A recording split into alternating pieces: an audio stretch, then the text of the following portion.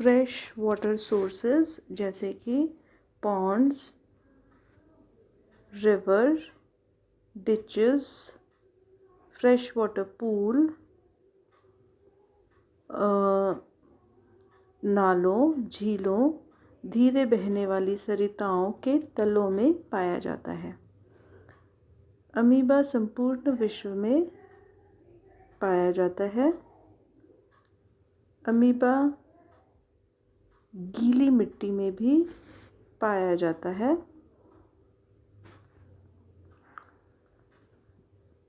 प्रयोगशाला में कृत्रिम रूप से अमीबा का कल्चर किया जा सकता है।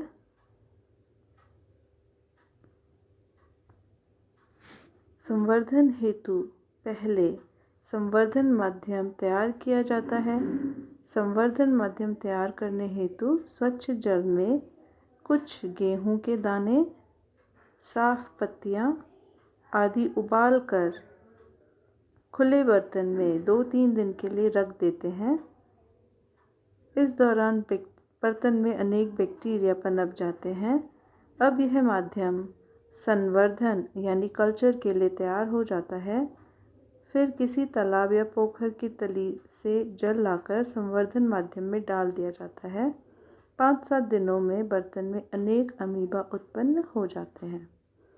As I have already mentioned that Amoeba proteus is widely distributed in the world and they are found in the ooze or bottom mud of freshwater ponds, ditches, lakes, slow stream water, often in shallow water. They are also found in damp soil. We can very easily make a culture of amoeba in laboratories. The procedure is very simple. In a beaker, put clean water. In the clean water, put few grains of wheat, leaves, boil them, and after boiling them, cool them and keep them for 2-3 days. After 2-3 days, bacteria will grow in the container or in the beaker. When bacteria has developed from a clean source like pond or slow running stream, collect the water and put it in the culture beaker. After 5-7 days, number of amoeba will develop. So this is about the habitat of amoeba. Structure of amoeba proteus. Shape, size and color. Amoeba proteus is one-celled microscopic animal of about 0.25 mm in diameter. It is transparent and it is invisible to naked eyes.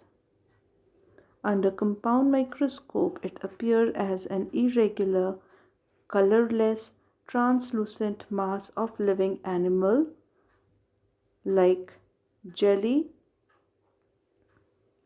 or protoplasm that is constantly changing its shape by sending out and withdrawing finger-like process called pseudopodia.